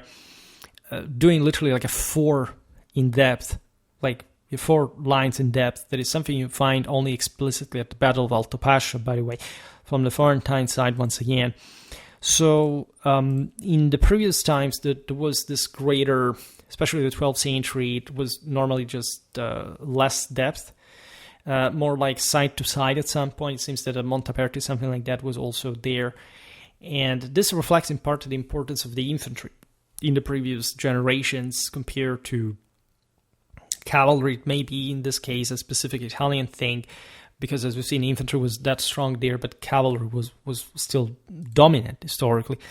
So it really depends also what kind of battle you're looking at, because some battles are fought anchored over fortified positions, uphill. So it's unfortunately, through the level of detail is not always clear to understand it. That those are the general directions, right? Then we will have to look at mostly those actual tactics. And it's sort of disappointing how historiography doesn't do that, right? There is this sense, again, that in order to understand how armies fought, you have to look at the organization of the army. Notoriously, if you have any, say, any awareness of how the sources of the time worked, you know that these positive sources are this kind of administrative ones do not tell you literally anything about how armies were deployed. You can't reconstruct it to that, not even through the indentures or the condotta later on. As detailed they start getting, you can know how a whole unit fought on the field together with the rest of the army, or let alone the entirety of the army itself. As we said before, outside of the Book of Montaperti, that is also incomplete as far as the Florentine army is concerned. There is no medieval sources known whatsoever anywhere that tells you how an army was actually organized internally. Chronicles tells us what was really important to them. I don't know, 300 cavalry, 4,000 infantry, like a medium-sized force for these communes. Yeah, it could be a thing. Normally, cavalry was a bit more preponderant in proportion, but let's say, I don't know, maybe 400 cavalry, 2,000 infantry would also be somehow importantly shifted in favor of infantry. We know, as we've seen before, that some basic units were of 25 combatants, which was true also in part for cavalry, as seen, for example, in the Norman hosts, which at some point we'll have to deal with in some depth. But the smaller units do not really help in understanding the bigger picture. You can understand that it would operate in small unit tactics somewhere during raids or whatever, for which this stuff would be useful. Also in the main battle lines of the big engagements, they had logic, but they constituted bigger units that we're often not told, right? We know, for example, that Sena's mounted forces, the infantry of Bologna and Florence, were organized into the aforementioned XII-XIII, that we know of simply because we have this administrative accounts telling on this sort of local community-based platoons. Again, in fact, how we had gone over to the expedition, we hadn't. but these are civil sources. They're not for the sake of the army organization per se. It just told who had to go and how, not really how eventually troops were lined up together in battle. That's a completely different thing. Perugia favored units of 10, apparently, but again, this is maybe just because we have one source from there that tells us that in this instance they used this. But again, is that important? Maybe these units didn't necessarily correspond even to some military organization, right? It was just for the sake of administrative record.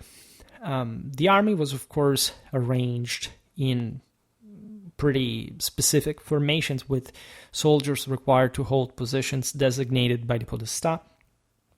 There was a great deal of private alignment in all this. Normally, of course, especially the infantry was less trained in cavalry, was less a bit. They were most like commoners, right, that had to go to war as a levy militia, peasants. They knew their deal, because again, these are very good infantries, but they would be the ones for which more preemptive organization had to be planned.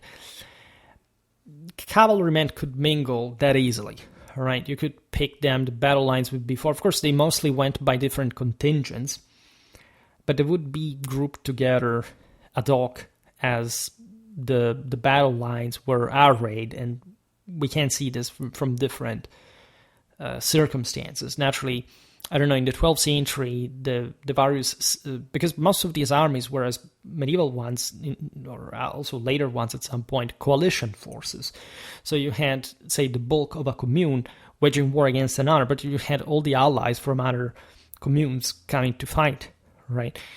Properly under the banners of their own communes. Then there were the mercenaries that would be also from other places, maybe from the same, but were, in that sense, as stipendiary, paid by the same commune and commanded by the same commune, or by, of course, their company leaders that, however, that was dependent on the commune in many ways, just for the pay, evidently enough.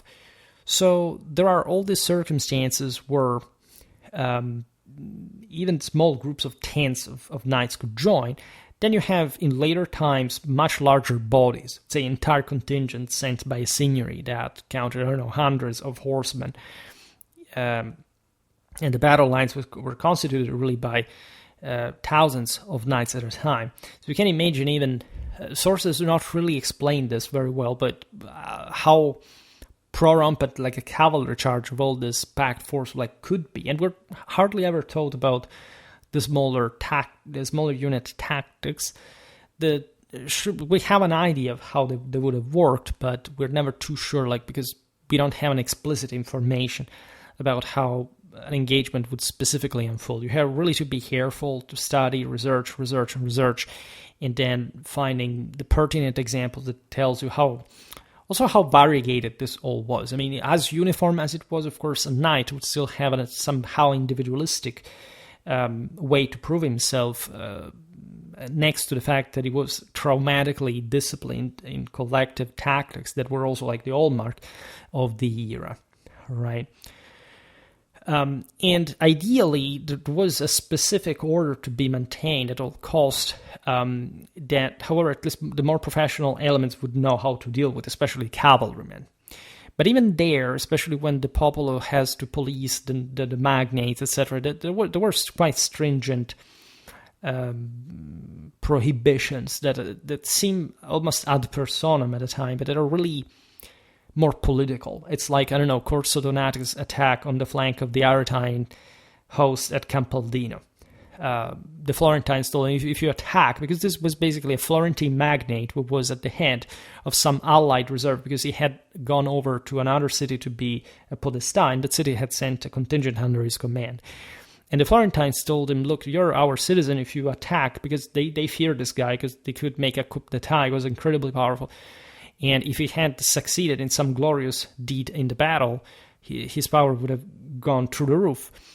And they told him, if you leave the post without command, we'll cut your head off. And he said, okay, well, I'll save my country's army, right? If somebody wants to kill me, like to execute me, like come get me after this. And in fact, he goes over, he manages to crush the enemy army and becomes a hero. He would actually be killed later. Was Catilina's Florence's Catilina, according to Villani, right? And you have this baronial, he was called the Baron, in that sense of, for how these people really cared about still the individual deeds. This character's nobility, their charisma, and it's still a world really impregnated with feudal chivalric ethos, right? You can easily study this by reading Villani. Or Dante, for example. Even better, there is always the sense again that these communes were some weird, again, mercantile republic that did war in some kind of their own way. They are some of the most straightforwardly warlike systems out there, and it's insane. Also, the level of professionalism, of collective training, and but also of individual sort of constitution of these individuals. And then, of course, like there are interesting ethno-anthropological divides. Like there is the question of the French, of the Germans that come to fight in Italy, and there are very interesting differences in these guys' culture and behavior. At some point, I will document this as well, also because I've been writing about this recently.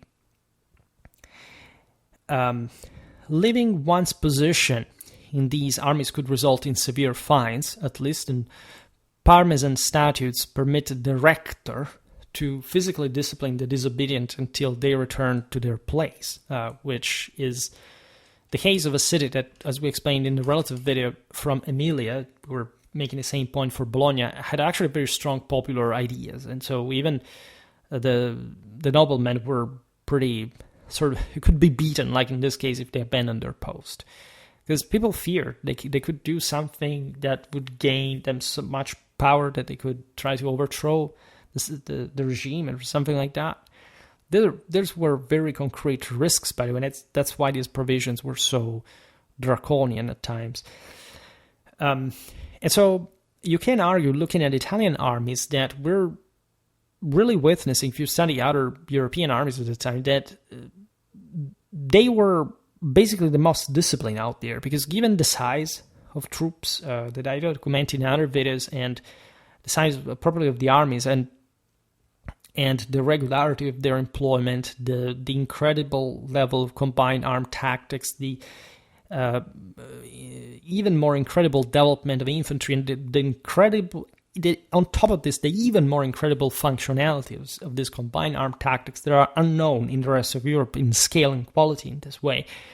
These were literally the most disciplined armies out there at the time, and they were really reaching levels akin to the great armies of classical antiquity. Siena's 1307 ordinances for a military campaign of, this was a small contingent, 400 knights and 2,000 infantrymen, alongside Florence against Arezzo, highlight the measures to enforce compliance. We know that the captain shall have the authority to fine disobedient knights up to £25 at a time in Sienese currency. And so to avoid that, these guys could benefit from different exchange rates, so to say. This tells you also how advanced the financial measures were and how monetized this warfare actually was in terms of professionals, of salaried troops. An infantryman up to £10, and the source says, and shall have the power, the captain, shall have the power to imprison the disobedient or delinquents and place them in stocks or chains. Siena at this time was struggling with the Salimben and the Ptolemy, that were two major clans of very strong chivalric knightly temper that routinely engulfed the city in some kind of urban battle, and the commune had to pay literally some police to watch over their house towers to prevent they would sort of try something sneaky. And so here you have the Commune that is in a very strong, sort of very peak moment of their history. I made, of course, some videos about medieval Siena as well, imposing this discipline.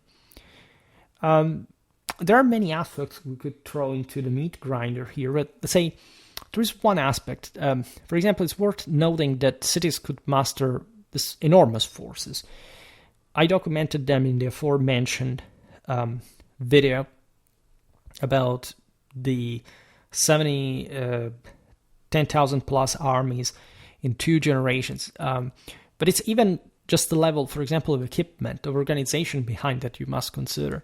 For example, in the early 14th century, Milan, that normally went at war with coalition forces of 30,000 men, as it basically had started to lord over Lombardy as a whole, could mobilize among the general levy 12,000 men from its own countryside alone, meaning the district of Milan alone, so not, say, the one of Lodi or of Monza, whatever, that also contributed to that, including 6,000 with pikes, 3,000 with breastplates and axes, and the rest as sappers, right? And this was just an element of the army. This significant number was supplemented by thousands of citizen infantry and knights, potentially doubling the total, because we know again that Milan had normally again the capacity of mobilizing 30,000 men at a time, and especially as far as the communal army before the age of the condotta is involved, and made multiple videos speaking of this passage. You have probably large amounts of citizen forces, like properly, like it's not even that they declined because they ran out, but because they had also become rich enough through the expansion of their own powers that they could send other people to fight in their stead, like paid mercenaries, mostly Germans at that point, especially after the arrival of Henry VII, that bolster a bit like the Ghibelline forces in the north. In 1260, Florence and its countryside deployed about 16,000 men at Montaperti. That was one of the largest battles of the era. I told you like how big Florence was. We're talking allegedly 30,000 men total. Of this 16,000 Florentines, 1,600 to 2,000 were knights. So I don't, like, when we talk about knightly forces in the thousands for a single city, do you realize what it means? I mean, normally not even kingdoms at large went at war bitterly with this. And 2,000 archers, and this is Florence alone. There were lots of other cities alongside Florence, as we observed before from the Book of Montaperti in the army. Smaller cities also fielded substantial armies. For example, Alessandria, that is a fairly small center actually, had around 1,000 knights in the early 13th century. This is also very early on. It's insane if you think about it. Siena, at least 600, which is not at least too much, but they had actually more in that case, also because it was a bigger city. Pavia, around 2,000 knights. Now, Pavia is not huge. It had been the capital of the Kingdom of Italy historically, was an important city, but Milan was much bigger. They had 2,000 knights and 10 to 15,000 infantrymen around 1250, the death of Frederick II. Do you realize Pavia alone? Do you realize in the picture, it's one of these 30 cities, and it had 2,000 knights and tens of thousands of infantry alone by itself. Now, admittedly, mobilizing this was an enormous effort, and also a very rare one. But at the same time, do you realize how heavily militarized these communities were? It's utterly insane. I will make some comparison in the end with the King of France. Availability, for example. Orvieto and Perugia are Umbrian cities between 800 and 1,000 by the end of the 13th century. Orvieto is not a particularly big city. Perugia is the largest in Umbria, but again, it's not among the biggest Italian cities. These figures rivaled or exceeded those of contemporary European monarchs. This is incredibly important to understand. Like, why do you think that this is so important? Because you have single cities that mobilize, and not even the major one in the peninsula, mobilizing forces that are as large as the ones of the major feudal monarchies. This is unbelievable to an extent. And they were actually mobilized, by the way. It's not like they had them in the closet and said, okay, this is the general levy overall. They could actually feel that. In 1291, the Tuscan Wealth League assembled 2,500 knights and 20,000 infantrymen against Pisa, for example. And this is not even the biggest force that the Tuscan Talia could field. I made a video about that, especially talking about the Angevin hegemony in all this. But just to make a comparison, the King of France at the time could theoretically mobilize a feudal militia of about 2,750 men and fewer than 12,000 infantry from the Bonneville of France. So basically, like, the Tuscany alone could do more than the King of France. And it was just Tuscany, right? And it was just like the wealth part of Tuscany, because Pisa had an army comparable in size to that at most. So it's utterly shocking. It gives you an idea of how just an idiot would think to know anything about medieval warfare without studying this stuff. And it's not like you find exceptions out there. I mean, admittedly, this is the finest in Europe at the time. I don't know any other power at this point fielding these forces other than, I don't know, like, again, similar regional counterparts. If you say the Kingdom of France, and I'm sure in Asia somebody else did that. But in a way, first of all, the Westerners, as we've seen in other videos, are much more heavy. Like, these troops here are not simply, you say, 20,000 men, well, it's just a guy with, I don't know, a javelin. No, these are fully armed, fully equipped forces that form like heavy infantry lines that perfectly align with the cavalry and go on that way on a regular basis, right? This is the actual and utter insanity of the scale of Italian warfare alone. It's not even talking in this sense as a whole about Western Europe, but considering what kind of forces Italy alone could mobilize. Admittedly, as I always say, at this point in history, 1/4 of Europeans were Italian, so you had a major concentration, especially in central northern Italy, of manpower and resources. But we know on top of this that they were by far the largest, and they were by far the most qualitative. So it's not some random, okay, they had lots of people, they just threw them in the meat grinder. No, these were the best equipped, the best collectively trained, all right? The knights were the same with all over Europe. Like, the infantry was ahead compared to any other infantry in Europe.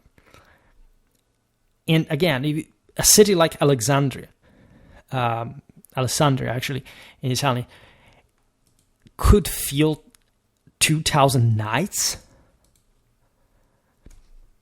This is there are people in historiography that are trying to say this, and still we don't have anyone on YouTube minimally interested in this. It's ridiculous. I mean, at the degree that I see also by making videos that people are literally oblivious of sort of this basic information.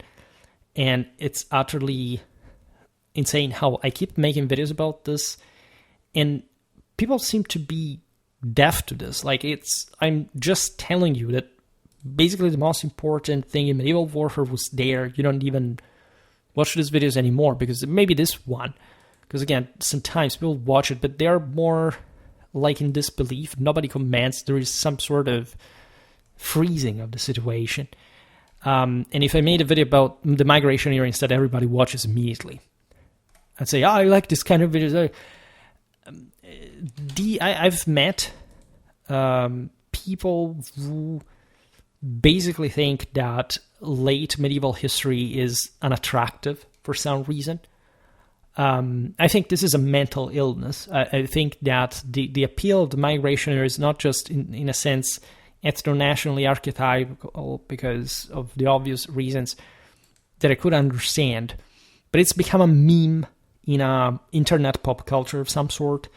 Also because people like it because they presume it's a simpler thing than they believe, right? They just care to hear about where people came from so that they can think of how their ancestors were. They don't care. Like if you make an institutional consideration, maybe they could listen, they would listen. I've been making videos like this, have others incoming soon. But you understand that the way they come from is like, I don't care about this. I just care about the fact that he talks about this Romano-Germanic kingdoms. And I really feel unheard sometimes. I know it's obvious because I make what people think it's sort of niche topic to some extent.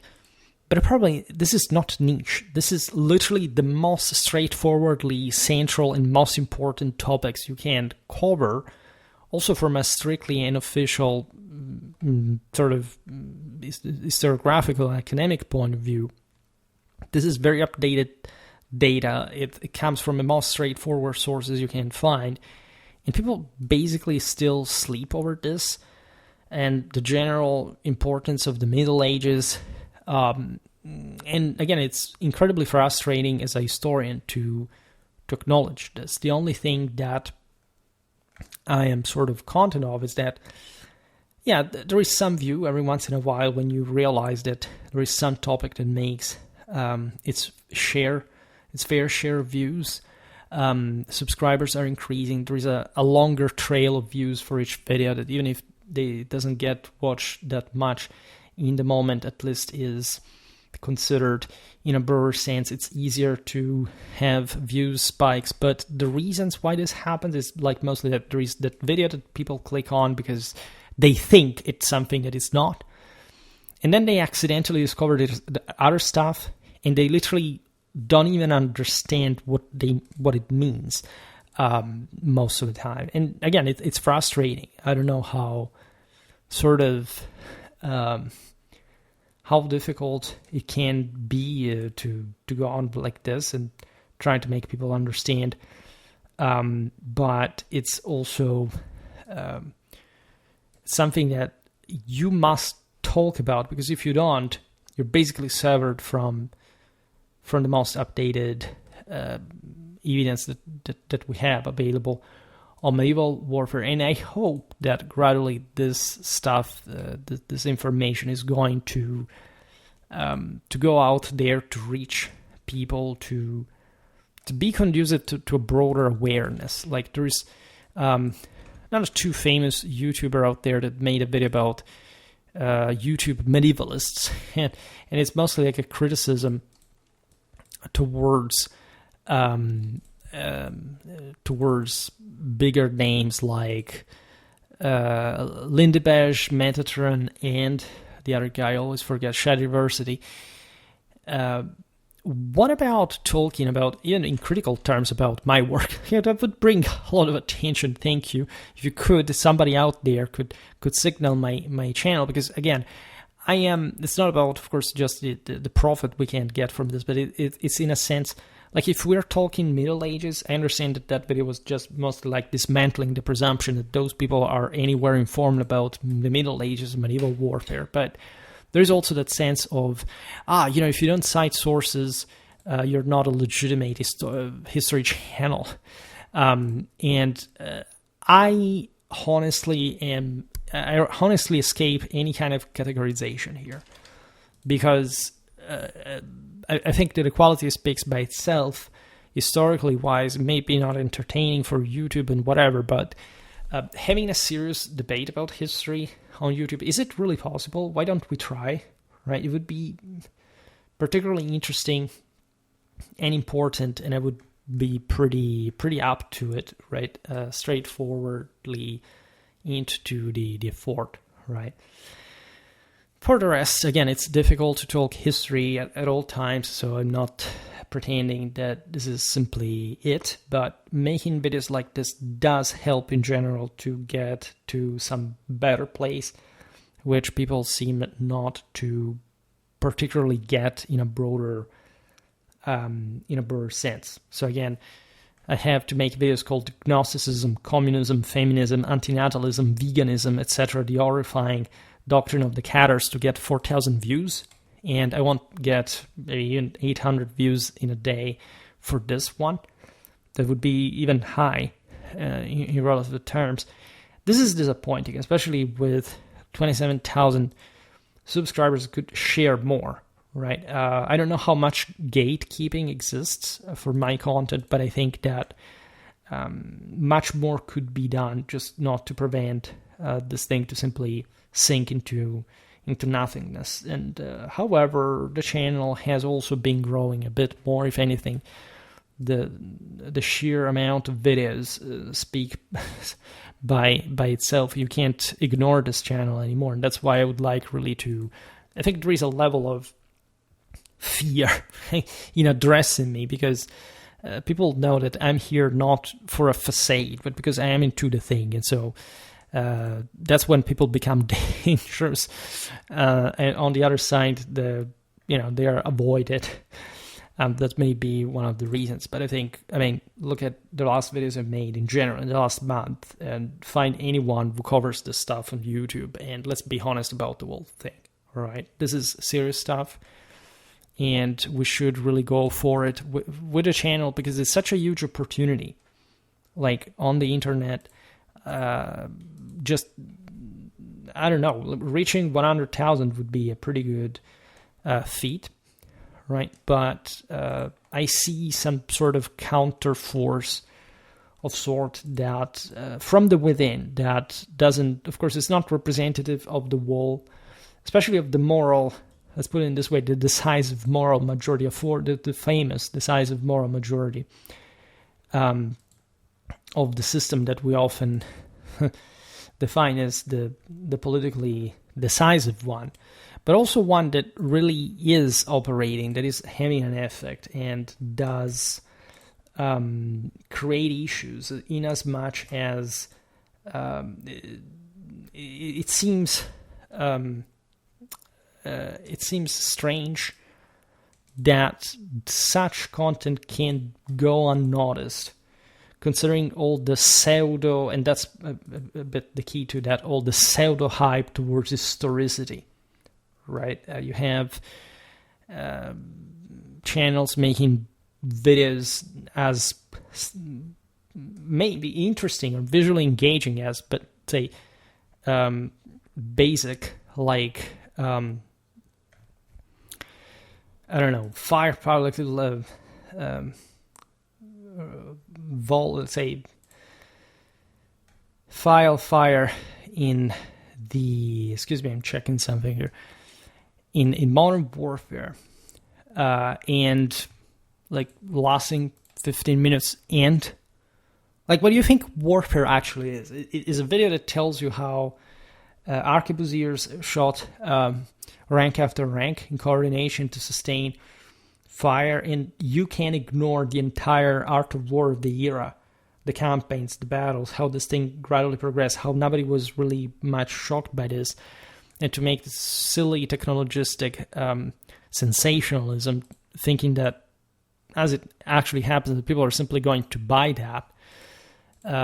This is sad indeed, and I'm not even going to comment further on it, but I say it without any modesty. My content may not be the most marketable, to say the least, but it's not because of the inherent quality or even just the delivery. It's just that people prefer cartoons to actual academic content. Well, I have better quality out there. If you want to understand that, good for you. That's as much as I will say. If you don't, okay, good luck with that. I mean, I'm not asking people not to watch other channels. I mean, it wouldn't make any sense also because you wouldn't get the difference about this. But, I mean, it is really a problem many times. So in many occasions, it's not that sort of straightforward, and it could be a problem in the future, as of course if we continue like this and nothing really changes.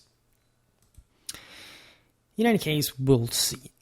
For today, I stop it here. I just hope that you enjoyed this video. If you did, please share it, otherwise leave a like or subscribe to my channel if you're interested in my upcoming content. As always, I thank you heartily for listening to me. I wish you a nice time and see you next time.